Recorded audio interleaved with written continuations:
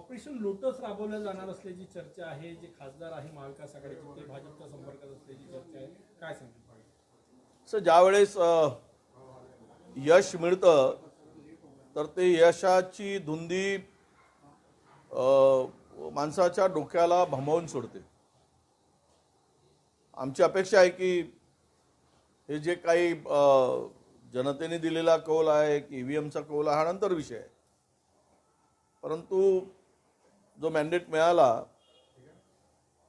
त्यातून महाराष्ट्राच्या प्रगतीसाठी, महाराष्ट्राला नंबर 1 क्रमांकावर आणण्यासाठी आणि महाराष्ट्रातील जनतेला न्याय देण्यासाठी त्या सत्तेचा उपयोग व्हावा. आता वारंवार ऑपरेशन लोटस म्हणजे या देशामध्ये लोकशाही शिल्लकच ठेवायची नसेल तसाही लोकशाही आहे कुठे? अघोषित हुकुमशाहीच या देशामध्ये आता सुरू आहे. हे काय आता लपून राहिलं नाही. माणसाचा फ्रीडम हा संपलेला आहे. अशा स्थितीमध्ये ऑपरेशन लोटस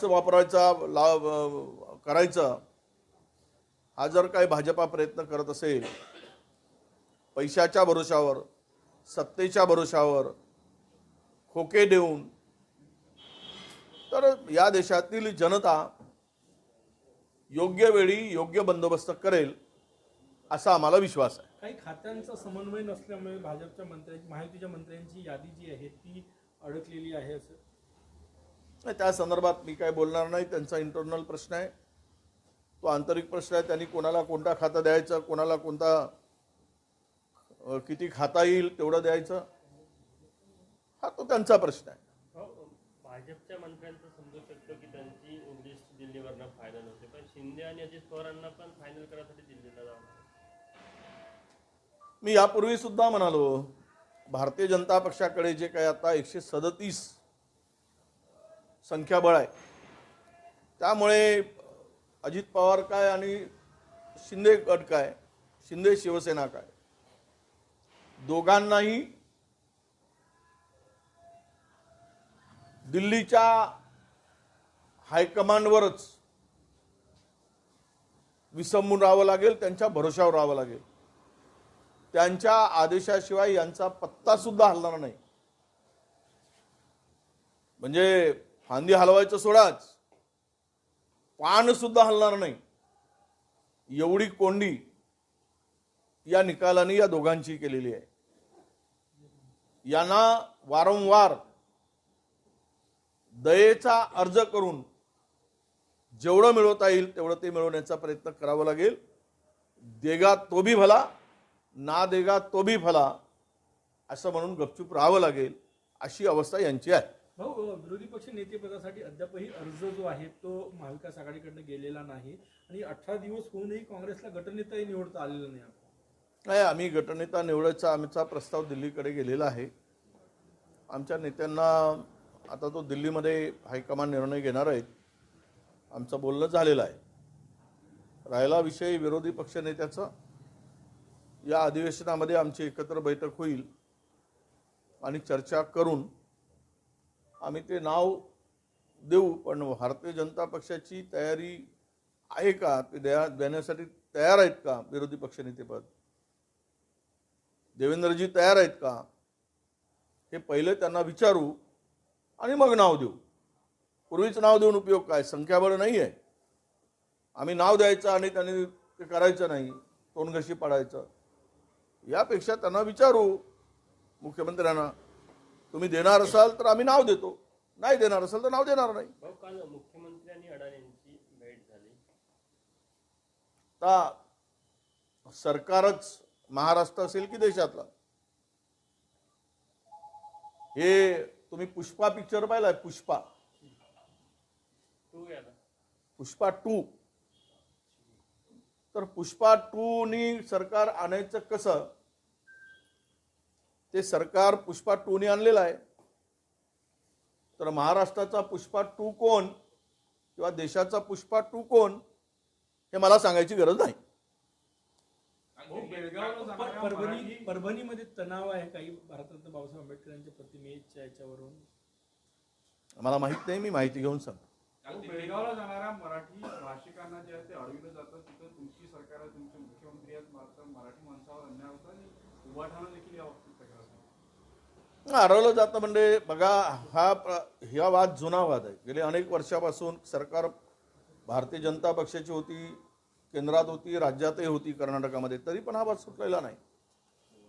कारण यावरचा संपूर्ण वादावर पडदा टाकण्याचं, त्याला केंद्रशासित प्रदेश करा किंवा स्वतंत्र ती गावं जी मराठी भाषिक आहेत ते महाराष्ट्रात द्या, काही गावं कर्नाटकाची आहेत ती महाराष्ट्र केंद्र बेळगावला द्या, कर्नाटकाला द्या, हे सगळे वाद आहेत. हे वादावर शेवटचा अंतिम निर्णय आणि तो घेण्याचा अधिकार मला वाटतं की केंद्र सरकारला आहे. आणि केंद्र सरकारने लक्ष घातलं तर हा मुद्दा कायमचा सुटू शकतो, पण ते घालत नाहीत. कोणतीही सरकार महाराष्ट्रामध्ये, राज्यामध्ये, आपल्या कर्नाटकामध्ये आलेली, ज्या वेळेस एकाच पक्षाची सरकार होती त्याही वेळेस हा मुद्दा सुटलेला नाही. त्यामुळे मी यावर अधिक भाष्य करण्यापेक्षा अमित शहानी आणि नरेंद्र मोदीजींनी जर लक्ष घातलं तर हा प्रश्न चुटकीसरशी सुटू शकतो असं मला वाटतं. काल शरद पवार आणि केजरीवाल यांची बैठक सुद्धा झाली. ईव्हीएम संदर्भात एक याचिका सुद्धा टाकली जाणार आहे. हे चाललेलं आहे. दिल्लीत नेत्यांच्या चर्चा सुरू आहेत, वकिलांची चर्चा सुरू आहे. आणि हे खरं आहे की ईव्हीएमचा घोळ आहे की नाही यावर लोकांचा विश्वास सिद्ध करण्यासाठी जगातील एकमेव देश आहे तो भारत आहे, जिथे ईव्हीएमवर निवडणुका होतात. एकमेव देश. म्हणजे हाच शहाणा देश झाला आमचा आणि बाकीचे अडाणी देश झालेत असं म्हणायला हरकत. एवढा विश्वास ईव्हीएमवर आहे. सगळे देश, अमेरिकेसारखा प्रगत देश, जर्मनी, जपान, ही सर्व देश बॅलेटवर निवडणुका घेतात आणि आम्ही मात्र ईव्हीएमचा वापर करतो. ज्या सत्तेमध्ये येतात त्यांचा विश्वास आणि विरोधात जातात त्यांचा अविश्वास. तर मग हा विश्वास कसा दाखवायचा? तर म्हणून जगाने ज्या गोष्टी नाकारल्या आहेत ते आपण का स्वीकारून काम करतोय या संदर्भात निर्णय झाला पाहिजे आणि सर्व निवडणुका पुढच्या बॅलेट पेपरवर झाल्या पाहिजेत. ही मागणी आमची सगळ्यांची आहे. कालांतराने सत्ता बदल झाली की पुन्हा ती मागणी भाजपने केलीच होती. तुम्ही गडकरींचं स्टेटमेंट पाहिलं, तुम्ही मोदी साहेबांचं स्टेटमेंट पाहिलं. अनेक भाजपच्या नेत्यांनी त्यावेळेस बोलले ज्यावेळेस काँग्रेसची सत्ता होती. त्यामुळे ह्यावर अविश्वास जो आहे ईव्हीएमवर, तो विश्वास संपादन करण्यासाठी शेवट बॅलेट पेपरच हा अंतिम तोडगा आहे, त्याच्यावरचा उपाय आहे. आणि ते केंद्र सरकारने, निवडणूक आयोगाने करावं असं आमची मागणी आहे आणि आमचं मत आहे. त्यासाठी आम्ही कोर्टामध्ये दाद मागण्याची तयारी करतो. अमोल मिटकरी म्हटले की जयंत पाटलांचे आमच्याकडे येण्याचे जुनेच प्रयत्न आहे, लवकरच महाराष्ट्राला गुड बातमी मिळेल. नाही, अमोल मिटकरी हा फार 50 वर्षाचा राजकारणी आहे. खूप मोठा माणूस आहे तो महाराष्ट्रातला आणि प्रगाढ ज्ञान पंडित आहे. त्याला सगळ्या गोष्टीची जाणीव आहे. त्यामुळे मी त्यावर बोलणार नाही. हो, हिवाळी अधिवेशन 16 तारखेपासून नागपूरमध्ये सुरू होतं, पण आता जी माहिती आहे एकाच आठवड्याचं ते अधिवेशन आहे. मंत्रिमंडळ विस्तार झालेला नाही. विदर्भासाठी या अधिवेशनातून काही मिळेल नव्या सरकारकडून? नाही, असं आहे. हे अधिवेशन केवळ यावर काही प्रश्नोत्तरे नाही आहे. हे बिलं मंजूर करायसाठी हे अधिवेशन आहे. कारण ज्याला जेवढा पिरियड लागतो, 35 दिवस किमान लागतात प्रश्नोत्तरे घालायसाठी. पण आता एक 3 दिवसाचं अधिवेशन शपथविधीचं झालं, त्यामुळे एक आठवड्याचं अधिवेशन हे घेण्याचं ठरलं आहे. मंत्रिमंडळही नाही आहे, उत्तरं देणार कोण? त्यामुळे यावर बिलावर अधिक चर्चा होईल. फार तर लक्षवेधी काही टाकले जातील आणि प्रस्ताव, एका दुसरा प्रस्ताव सत्ताधाऱ्यांचा आणि विरोधकांचा, एवढाच कामकाज त्या ठिकाणी आत्ता दाखवलेलं आहे. 5 दिवसाचं अधिवेशन आहे. अजूनही मला वाटतं की काल BSCचं गठन झालं, म्हणजे बिझनेस ॲडव्हायझरी कमिटीचं, आणि त्यामध्ये जो निर्णय त्यांनी घेतला असेल. पण माझ्या माहितीप्रमाणे आम्ही अधिवेशन किमान नागपुरातला 10 दिवसाचं तरी असावं अशी आमची मागणी आहे. आणि आम्ही मुख्यमंत्री आणि उपमुख्यमंत्र्यांच्या आणि सरकारच्या कानावर ही बाब पोहोचवू.